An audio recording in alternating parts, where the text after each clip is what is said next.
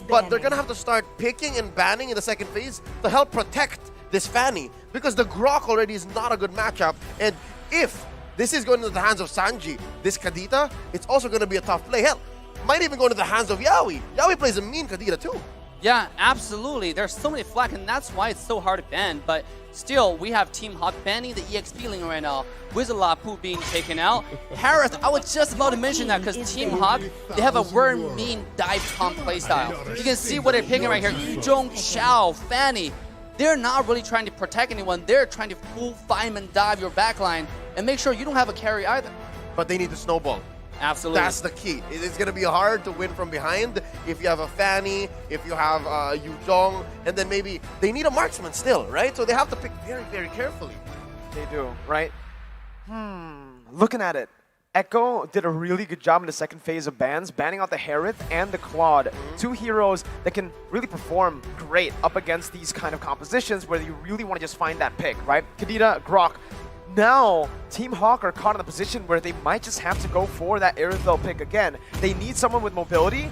Harith and Claude banned out. The only real choice here is... Oh! Moscow! That's why Valens is the analyst. He passed it over. Pass it over. Oh my god, what a pick on the Moscow right here.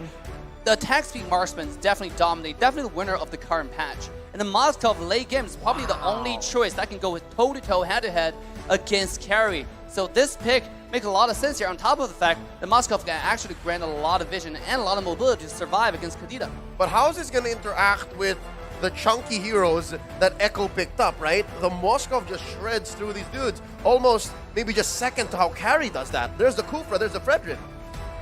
What's that going to be like? In terms of base damage too, how much you melt people down, you might actually be able to outscale the carry in the later stage of the game with the healing on top of that. And then you have a CC. You have a CC. You have a displacement. You also have a global ultimate, which can help in a lot of these situations. Air quotes global.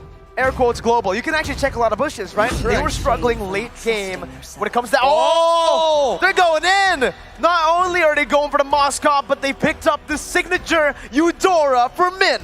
Oh no! For Man, actually. That's man. That's man, bro. That's man. That's man. I like it. That's pretty manly pick right there. Won the Eudora.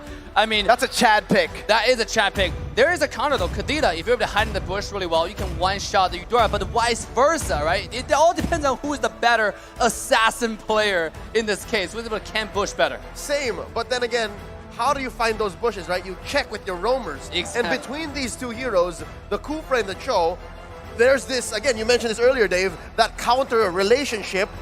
Kufra just eats Cho alive.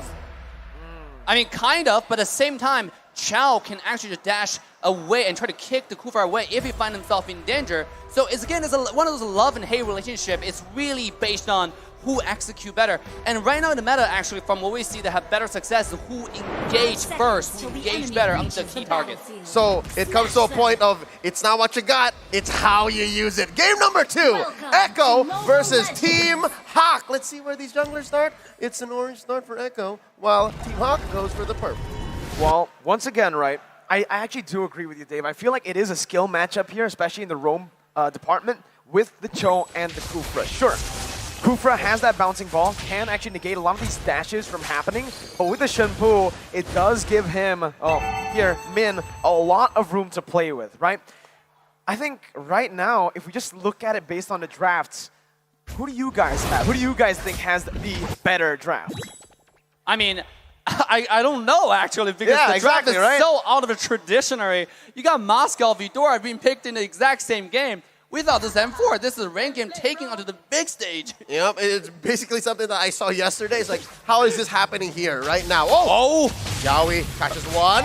Panda's going to be brought low here, has that Inspire, pops it in, actually trading better here, winning it out. Fanny's going to be taken low there, and just like that, Panda is going to win. Is this a counter, perhaps? A shadow counter towards the carry? When you're able to trade better almost every single time. Again, I think of all the aspects brought up about the Moskov, it's the displacement that's going to throw most people off. The fact that you're assuming that I'm going to go into this fight from this point, and then he just throws you off it by what? A few meters in game? That's a main difference dealer. Look at this. Here we go.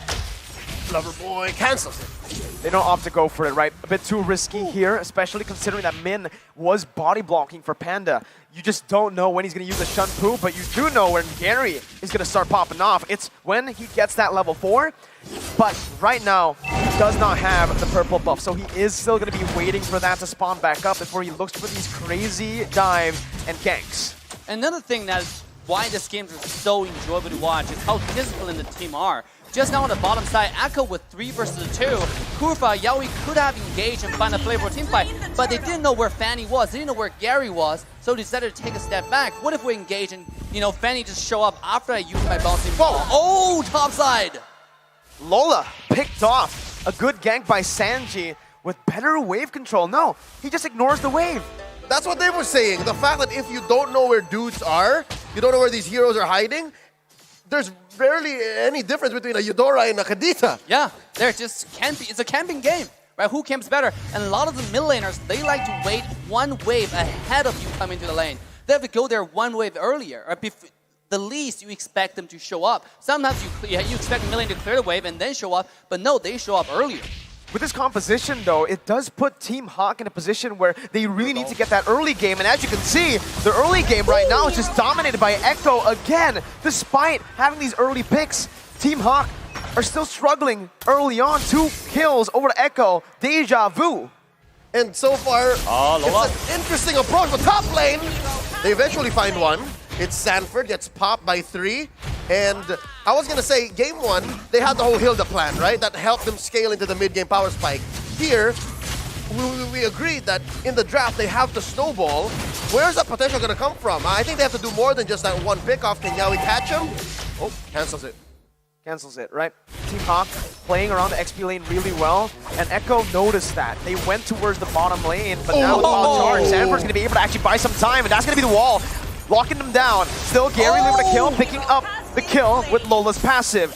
Top lane tier 1 still very, very low as KarlTzy looks to get a kill back. Not going to be able to get in range, but Sanji's here. Gary able to sidestep, and he uses the cables to get out. 1 HP, Gary gets out.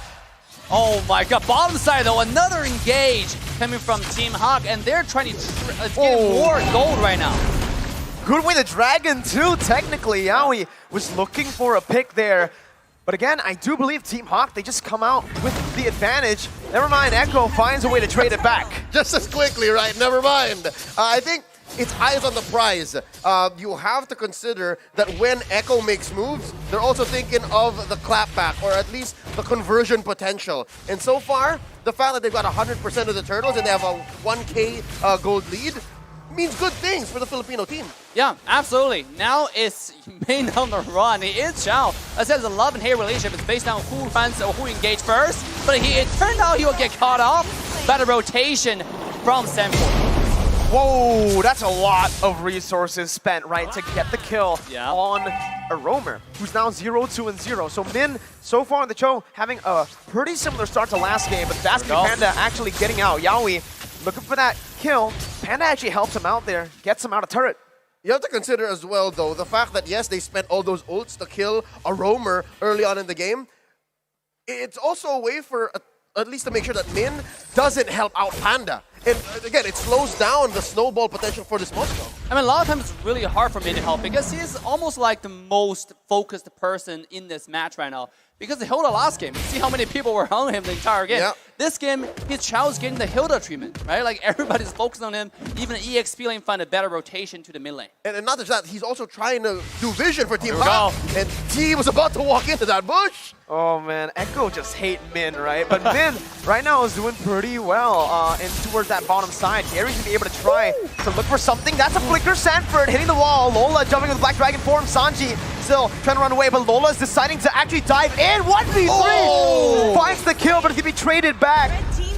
Who is it worth for? We'll see as Team Hawk look for more in the gold lane. Yaoi just takes a chunk of HP. Gary did not get the purple buff. That's him killing KarlTzy, who steals it away and finds a kill. It's the Appraiser's Wrath. Man gets a stun. KarlTzy not able to look for more. And I gotta say, at this point, I want to take a look at items from Team Echo. They probably have a lot of Athena shield just for Eudora to make sure he doesn't do the burst. Because you can see how tanky Fredrin really is on KarlTzy. Eudora ascending a skill 1, it felt like he was healing more HP than being damaged at this point. Than hitting, right? But look at this item pickup from Sanford. Sea Halberd? Oh, he's trying to stop the shenanigans from Lola and maybe even potentially Panda, right? We talked about how that lifesteal into the mid to the late game might make a difference between the Moskov and the carry. I like that Sea Halberd pickup. Yeah. With the Sea Halberd, you do have, I guess, more utility play around, right? Yeah. But right now, it just feels like Team Hawk are putting most of their resources to get the Moskov ahead. Lola up top is going to get ganked constantly. He's still able to play the weak side of the map really well. He's actually going to be able to try to turn it around with Petrify caught, and Gary finds a kill despite having no purple buff. It's still, right now, Lola and Sanford going at it, but with that sustainable ability, Lola is going to be able to actually get out of that one. First turret for Team Hawk. You know, I gotta give a credit, and also just a little bit thing about what Team Hawk's doing. They're 3v2 trying to push a bottom tier 1 tower, and he's failing every step. Oh, here it comes! That's the way the Dragon Dome. That's gonna be stunned as well. Panda's still gonna be able to try to dish out some damage. Caught in one. Yaoi and Panda surviving. Just barely. But Benny now, still with full HP, will mean that they will still have more pressure in the gold lane. Or was it just me holding my breath? I think that was everybody, right? That's gotta be everybody. Look at the lover boy. Here we go. Yeah, we have the Tyrant's Revenge and the Rage. Benny gonna be able to actually dish out some damage, but that's gonna be the stun coming in. Not enough. Gary coming in, looking for the damage. Can you imagine that? Whoa! A double kill for Benny, but a double kill back for Gary. He gets out with the cables, but Sanford and Sanji are here. The flicker of the wild charge and water to smack him around. That's a shutdown for Echo. And that's why Grok is so good in the side lane right now. The ultimate wild charge into the flicker. The least expected engage. You don't see it coming like, oh, this is gonna miss. But little did you know, no, you're gonna go back to the black and white screen. Yep, that was what, a 2 or 3 step process to eventually lead into Echo, getting a 2K lead, right? That was, what, miles away that they planned. We didn't even think about it. Could have sworn that Team Hawk was ahead, but look at the conversion. They pushed down bottom. They're trying to make a way up top. Mid lane, though, standing still. I think this is where the difference has to be made because these mid laners, they've always been rotating the side lanes. Here we go. Yaoi and Sanji under the tier 1. Man's gonna be taken down. And just like that, once again, it's Echo who have the man advantage. Lola trying to find just a pick here, but Carl TZ's way too tanky. Gonna be able to sustain back up. Sanji looking for a position to flank. But for Team Hawk, they're just here. It's gonna be Sanji who jumps in. He pops the petrify a bit too early, and that's gonna be Min running back. That's scary caught. Yaoi the bouncing ball, stopping the dashes. Benny picking up a kill. Min gonna be taking low as Benny free hits once again. Called Easy traded back in. Lola and Panda running for the hills. It's a double kill for Benny. That's the wall to lock Panda down. Benny with a triple. Benny almost to the maniac. Lola jumping out, but it's still again Benny who's looking for it. Yaoi jumps in, takes the kill away, but it's gonna be a maniac for Benny. It's a wipeout. 5 down, traded for Carl TZ. Echo is swimming in value, almost 3K ahead, steals away that purple buff, pushes in mid. Oh, Dave, I gotta ask you, where's Echo going with this? I mean, a lot of highlights that came into the Benny, but I gotta give credit to Yaoi here. Those engages onto Fanny, onto everyone else, and syncing with Sanji to follow up the one-shot rough wave combo is absolutely insane. You can see Benny has so much room to do free damage that entire team fight. The whole time he was dashing, auto-attacking. He didn't need any peel because everybody else is getting killed by the mid lane, by Sanji and Yaoi combo. So ban carry? Maybe. I mean, that seems to be the logical choice. Let's look at the items. What's going on here? That's Wind of Nature already, so more likely Benny's gonna win duels against a Panda. What's Panda rocking? It is purely damage still, so not much utility on the Moskov yet. Absolutely, going for straight damage. And see, Moskov doesn't have to go for carry one-on-one. He penetrates, right? It's all about those penetration. He goes through your front line and kills your back line at the same time. But here we go, the lore fight is about to happen. Lola with Black Dragon form, once again, just looking for an opening right now, and that's going to be actually Min jumping in with onto Sanji, who has the damage, who jumps in again. Yaoi going to be able to find the Lord right there with Carl TZ, securing it. Man's going to fall. That's a double kill for Sanford right now. And again, Sanford's going wild. Panda's in a 1v1. He gets the stun down, but he's all alone. It's going to be the chase from Echo. The breath of the ocean finds it. He gets knocked up, and you can say goodbye to Panda. 4-0. Echo with a 5.6k gold lead, now a 6k gold lead. Min's the only one left standing. Echo just pushed that turret, took that Lord with impunity, and 4 members of Hawk on the way out. Sanford just picked up his Blade of Despair. I know. Yikes. This guy is gonna do damage now. I mean, he has Athena show early game, but now it's all about that one-shot backline, the one-shot Eudora. But skip that, here comes the push. Lola defensively using the Ben. Fierce Dive. That's Min, melted down. That's Oh! Yowie getting the Tyrant Rage Flicker. Lola trying to do the best he can. Gary, once again, in desperation goes in, but it's Benny who smacks them, slices them with a triple kill and a wipeout to secure match points. I can hear all the Echo fans, Limang Echo fans, shouting, go for the throat. It's match point for the Filipino runner-ups of MPL Philippines Season 10. Dave, what's going on? Game 1 was so close. This Min was overloaded, as you mentioned. I mean, they pick a lot of characters. They're thinking they were trying to pick the meta character, the counter picks, but it seemed like they dropped themselves into a corner, right? Because they're known for a certain playstyle, and this game, they're making a 180-degree switch. I mean, that's a lot of load for the players mentally. So to make that switch quickly and swiftly is really, really hard. And you can see that reflect in the gameplay. The players are not ready to make the engages. Lola, when he finds the dive onto the backline, the team not able to follow up in time where he's to get killed.